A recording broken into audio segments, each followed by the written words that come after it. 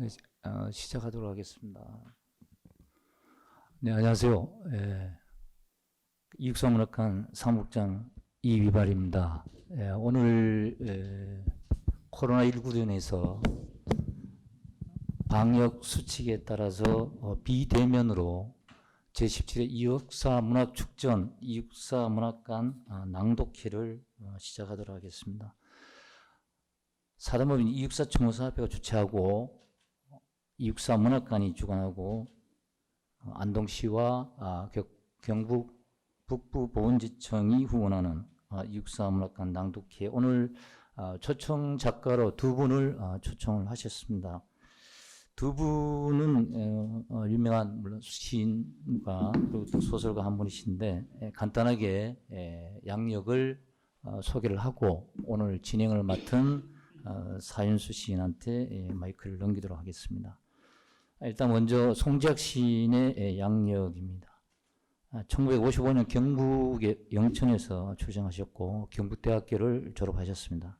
그리고 1986년 개간 세계의 문학으로 등단을 하셨고 시집으로는 얼음 시집, 살레 시온의 집, 푸른 빛과 싸우다, 그가 내 얼굴을 만지네, 기억들, 진흙 얼굴, 내간체를 얻다, 날짜들, 검은색, 슬프다, 풀, 끝에 이슬 이렇게 많은 시집을 출간하셨습니다.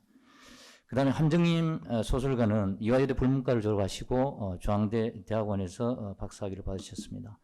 1990년 동아일보 신춘원의 광장으로 가는 길로 등단을 하셨고 저녁 식사가 끝난 뒤로 이상문학상 우수상을 수상하셨습니다.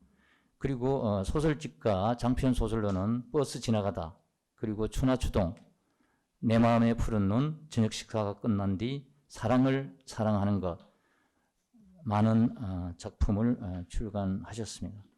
그리고 현재 동아대학교 한국어문학과 교수로 재직 중이십니다. 자, 두 분을 모시고 지금부터 낭독회를 시작하도록 하겠습니다. 마이크를 사윤수 씨한테 넘기겠습니다. 예, 여러분 안녕하세요.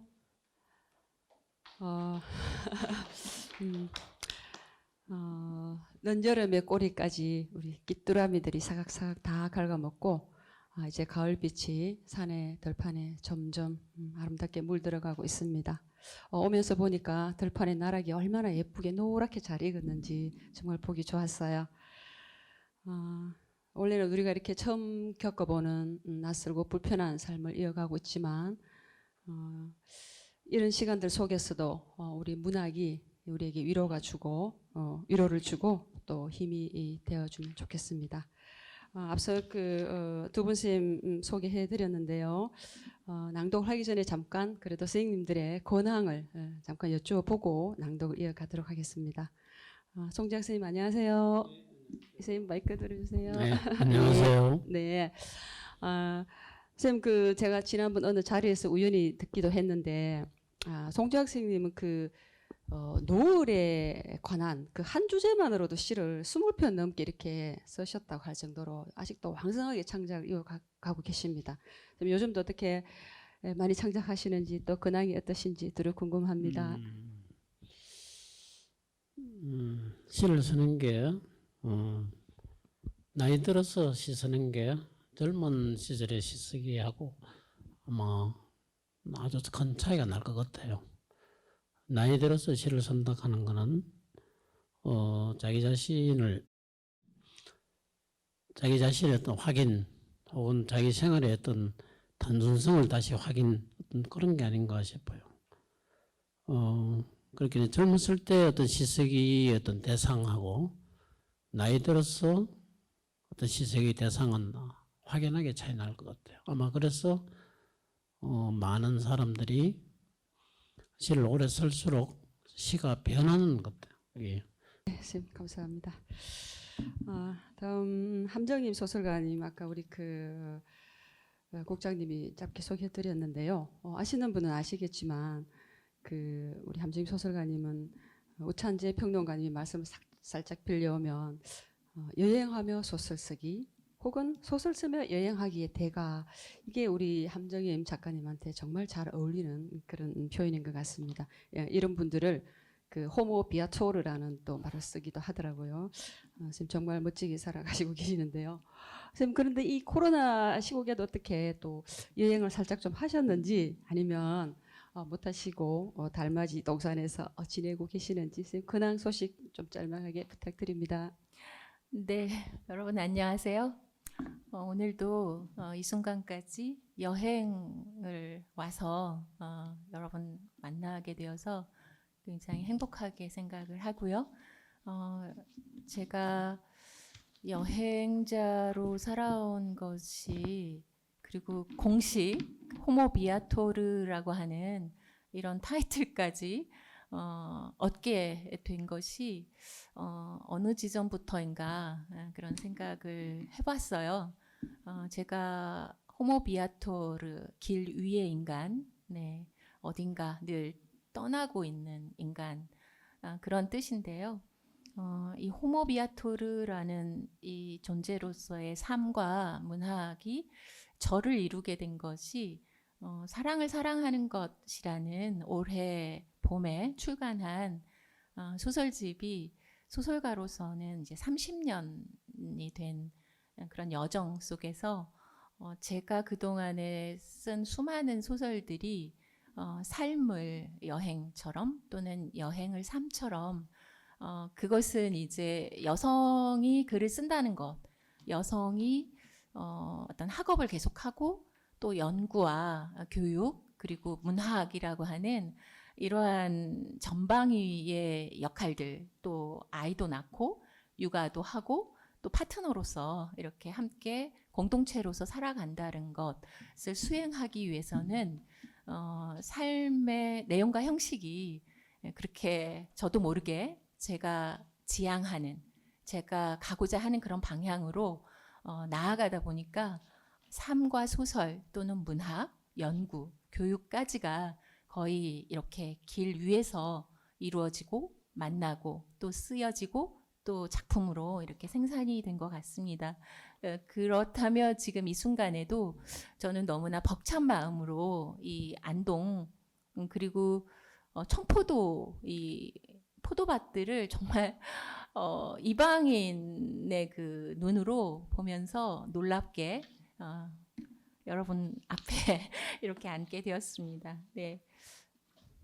예, 선생님 감사합니다. 그럼 두 분 선생님 이제 낭독을 해주시겠는데요. 오늘 송재학 시님은 시집 슬프다 풀 끝에 이슬이 실린 시 두 편, 취산화서 그리고 물은 언제 뜨거워지는가를 준비하셨고요. 함정임 작가님은 최근에 출간하신 사랑을 사랑하는 것 소설집 가운데 순정의 영역 그리고 2015년에 출간하신 저녁 식사가 끝난 뒤의 표제작 저녁 식사가 끝난 뒤 이렇게 두 편 하고요. 선생님 작품 낭독 좀 부탁드립니다. 취산화서.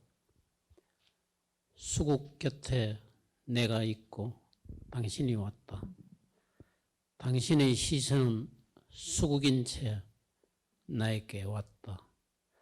수국을 사이에 두고 우리는 잠깐 숨죽이는 흑백 사진이다. 당신과 너는 수국의 그늘을 입에 물었다. 정지 화면 동안 수국의 꽃색은 창백하다. 왜 수국이 수시로 변하는지 서로 알기에 어슬한 꽃무늬를 얻었다. 한 뼘만큼 살이 닿았는데 꽃잎도 사람도 동공마다 물고기 비늘이 얼비쳤다. 같은 공기, 같은 물속이다. 예, 선생님 잘 들었습니다. 여러분 오늘 그 진행을 끝까지 잘 들어보시면 이 시와 소설이 다른 장르이지만 결국 같은 맥락에 가닿는다는 그런 느낌을 느낄 수 있을 거예요. 선생님이 방금 말씀해 주신 그런 대립이 결국 같이 만나게 되고 안과 박 그리고 밝음과 어둠도 만나게 되는 우리 생사, 삶과 죽음도 만나고 있다는 것을 나중에 우리 소설 함정임 선생님 작품 읽어보시면 느낄 수 있을 것 같습니다. 그 신비한 수국에 대해서 우리 독자님들도 잘 관찰하셔서 좋은 작품 한 편씩 쓸 수 있으면 좋겠네요. 예, 그러면 다음에는 함정임 소설가님의 순정의 영역 낭독 들어가겠는데요. 오늘 선생님은 아까 세 작품 하실 건데 요 세 작품도 우리가 관심 있게 보면 죽음과 부재의 풍경, 애도의 공통점 이런 걸 느낄 수 있을 겁니다. 선생님 순정의 영역 낭독 부탁드립니다. 네, 선생님, 제가 순정의 영역 그리고 저녁 식사가 끝난 뒤 스페인 여행 이 세 단편을 선정을 했고 세 작편이 한 분 한 분에게 바치는 추모 또는 애도의 형식으로서 쓰는 공교롭게도 그런 소설인데요. 두 편으로 제가 스페인 여행 먼저 읽고 그리고 순정의 영역 읽도록 하겠습니다. 네, 그러면 지금 스페인 여행 먼저 낭독하겠습니다. 예, 알겠습니다.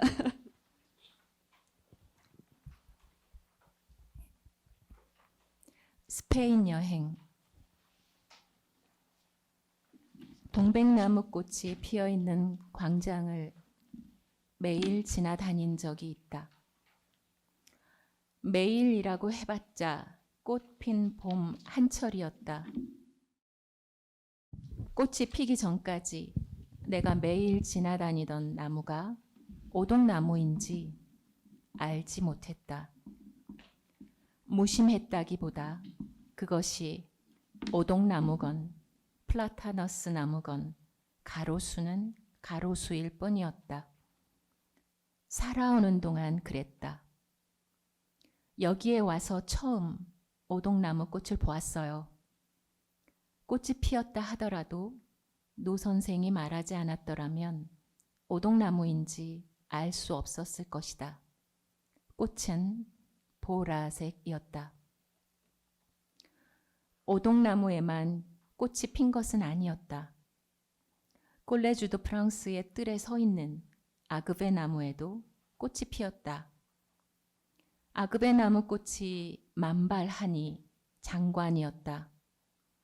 꽃이 피기 전까지 뜰에 들어서면 사이프러스 나무만이 눈에 들어왔는데 아그베 나무가 무성한 가지마다 연분홍 꽃망울이 활짝 피어 새하얀 꽃잎을 드러내자 뜰은 거대한 꽃다발로 변했다.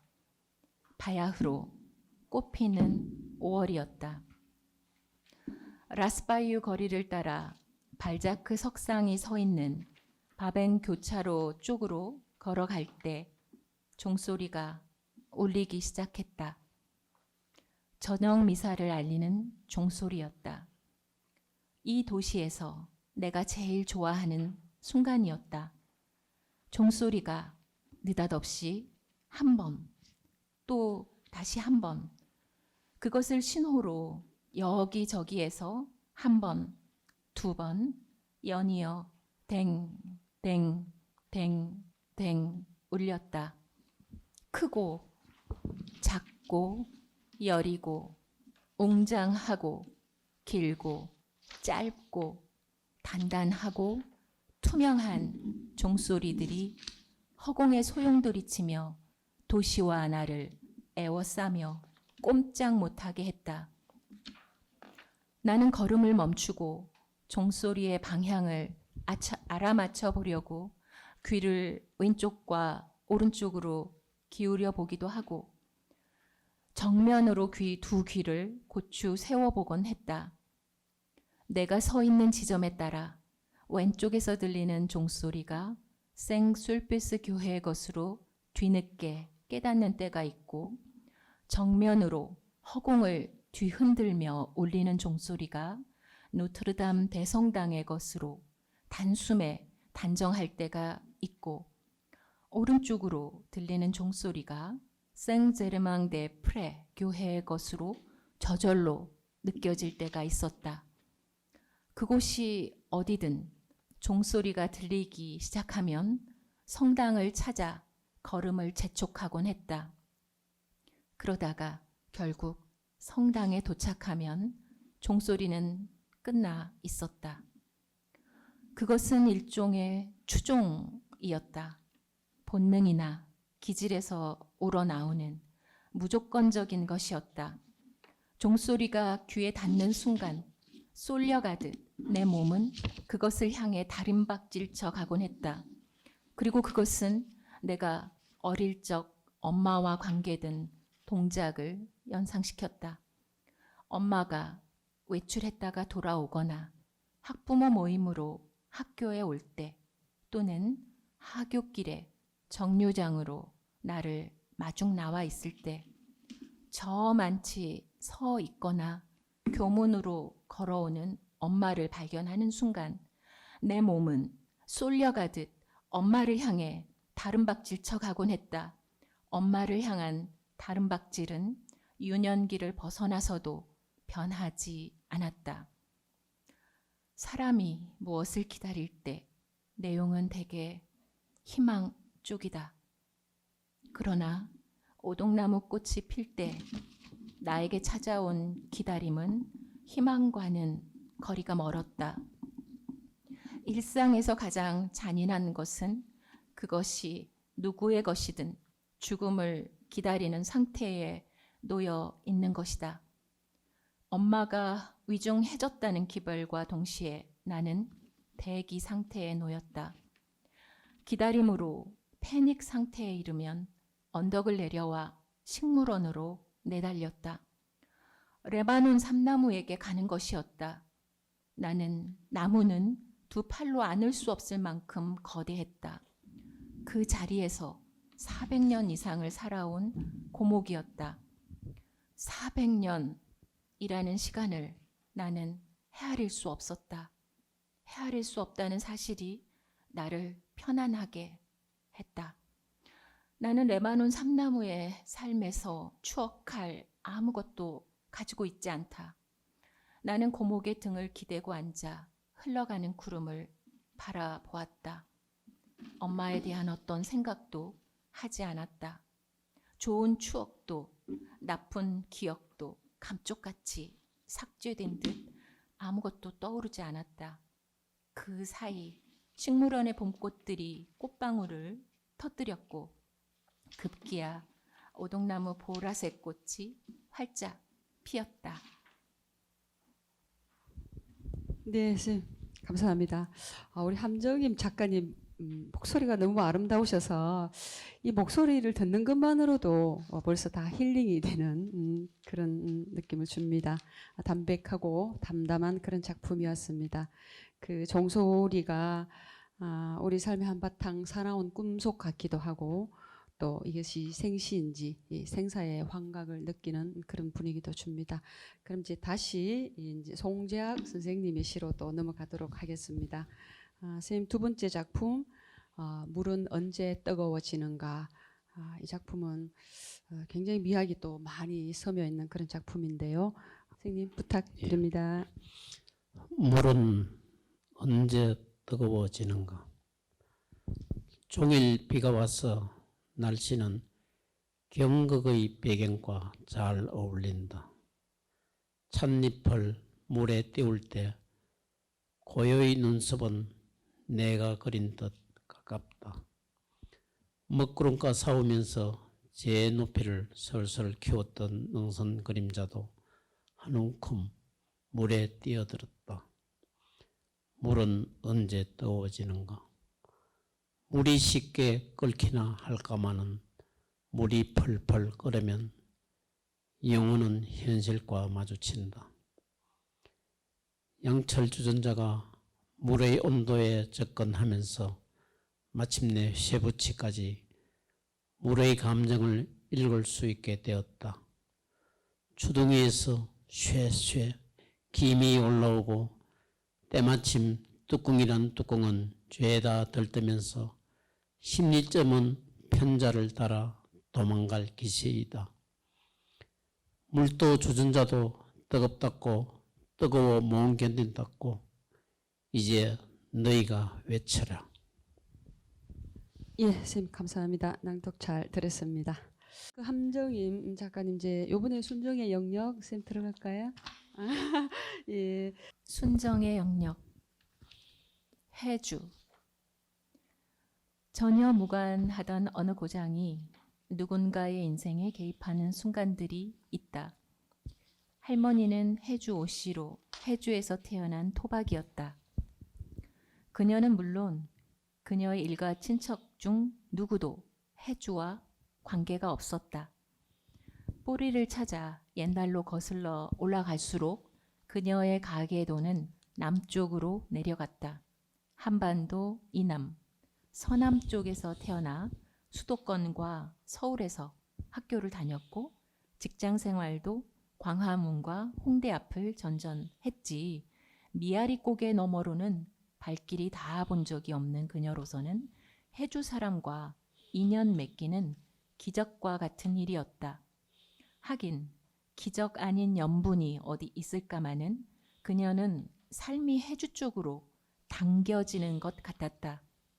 그녀가 떠올릴 수 있는 그쪽 사람이 하나 있기는 했다. 해주는 아니었고 그 위 정주였다. 백기행, 정주 출신 백석이라 불리는 시인. 대학 졸업 직후 그녀는 홍대 앞에 있는 인문학 전문 출판사에 근무했고 백석 시 전집 편집에 참여한 적이 있었다. 백석의 시들은 역근이의 해설 없이는 그녀가 제대로 읽을 수가 없었다. 시에 펼쳐지는 화자의 마음과 화자를 둘러싼 정황은 짐작할 수 있는데 편편히 박혀있는 낯선 어휘들은 도무지 무슨 뜻인지 알 수 없는 것들이 많았다. 그녀는 외국 시를 해독하듯 역근이의 해제를 확인하며 교정을 보았다. 오순정 할머니와의 만남은 그녀의 기억 저편에 가라앉아 있던 백석이라는 낯설고도 정겨운 사람을 불러내기에 충분했다. 할머니의 기습 키스가 처음엔 당혹스러웠다가 가만히 생각할수록 웃음을 자아냈다. 그녀는 서가 어딘가에 꽂혀 있을 시집을 찾았다. 그것은 맨 아랫단 구석에 숨어 있듯 박혀 있었다. 몇 년간 한 번도 손을 대지 않아서 먼지가 두툼하게 앉아 있었다. 책을 출간하면서 연구자의 해설을 바탕으로 보도자료를 작성하느라 공을 들였던 기억이 생생했다. 초보 에디터 시절이었다.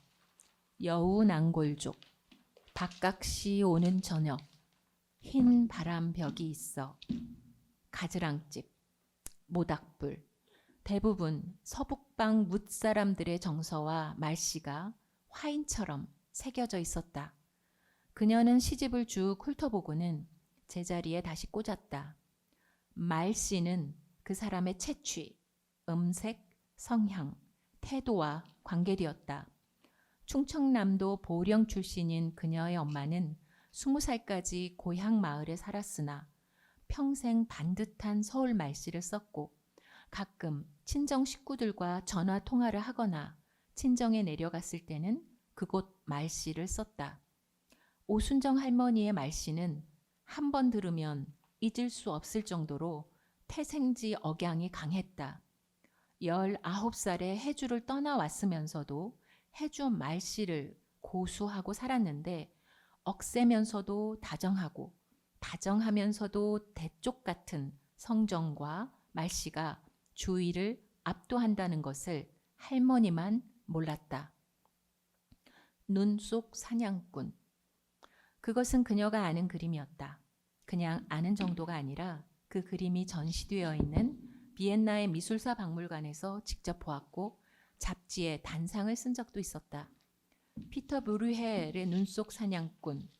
어떤 연유인지 알 수 없으나 플랑드로 하파의 그림이 오순정 할머니의 화장대 옆에 떡하니 액자로 걸려 있었다. 물론 복제본이었다. 그 그림이 새삼스럽게 눈에 띈 것은 화장대를 구성하고 있는, 아니 오순정 할머니의 손때가 묻은 가족 사존들과는 전혀 어울리지 않는, 어쩌다 잘못 끼어 북박여 있는 객식구처럼 생뚱맞아 보였기 때문이었다. 눈 속 사냥꾼의 출처는 이듬해 여름 그녀가 두 번째 삼계탕을 먹으러 간 날 오후에 밝혀졌다. 할머니는 설거지를 마친 그녀에게 화장대 위에 놓여 있는 사진들에 대하여 장시간에 걸쳐 들려주었고 다음에 올 때에는 그녀의 사진도 한 장 가지고 오라고 했다. 그녀는 다음까지 갈 것도 없이 스마트폰으로 할머니와 셀카를 찍어 즉석에서 보여주었다. 그리고 나서 눈 속의 사냥꾼으로 눈길을 돌렸다. 그것은 그가 중학생 때 처음 외삼촌을 따라 유럽 여행을 갔다가 보내온 그림 엽서였다. 할머니는 처음엔 어린 녀석이 애틋하기도 하고 기특하기도 해서 몇 날 며칠 엽서를 읽고 또 읽었다. 그러다 자세하게 그림을 들여다보게 되었고 이상하게 마음을 사로잡는 바가 있어 액자로 만들어 걸어 놓았다. 25년 전 일이니 그때 할머니는 환갑이었다. 그날 이후 눈 속 사냥꾼은 봄이나 여름이나 할머니의 삶에서 벗어난 적이 없었다. 그림이 보여주는 세계와는 동떨어져 살아온 할머니를 사로잡고 있는 것은 무엇일까? 그녀는 평소에는 불필요하다고 생각하는 말들을 오로지 할머니와 대화를 이어가기 위해 꺼내곤 했다. 대개 질문의 형식이었다. 이 그림의 무엇이 할머니의 마음을 콱 사로잡았을까요? 그림이나 사진에서 누군가의 마음을 사로잡는 것, 쿵쿠툼이라 부르는 것이 할머니에게는 어떤 것이었을까?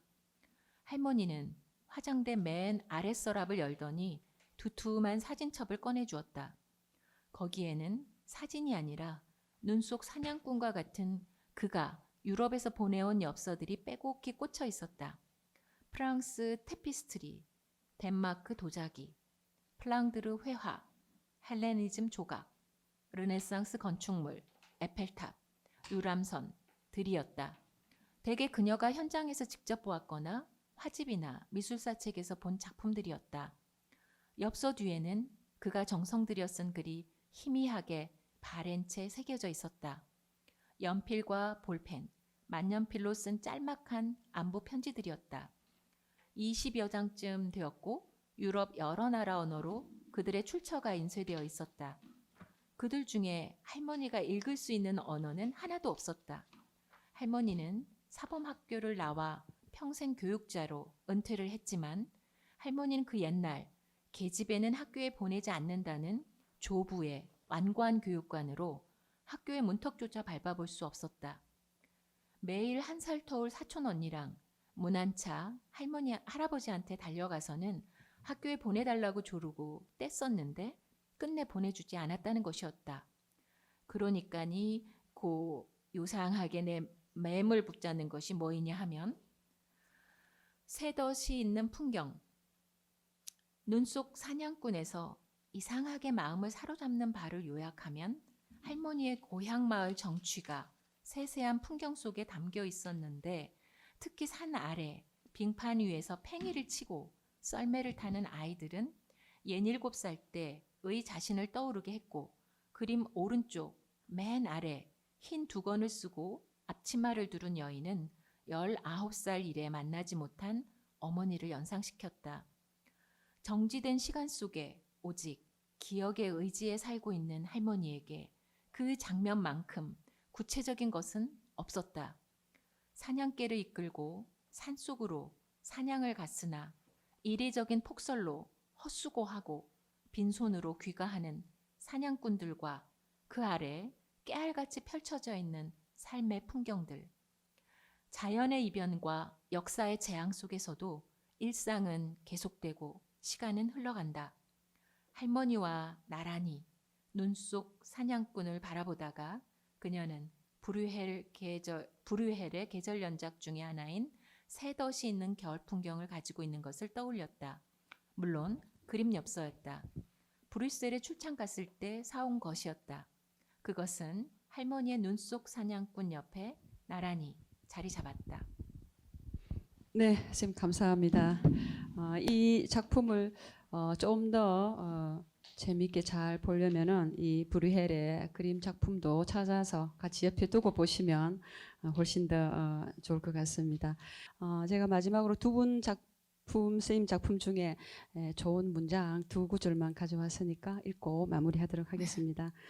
송재학 시인님의 시가 떠있다 중에 나는 시라는 부러진 늑골을 찾아 여기까지 왔다.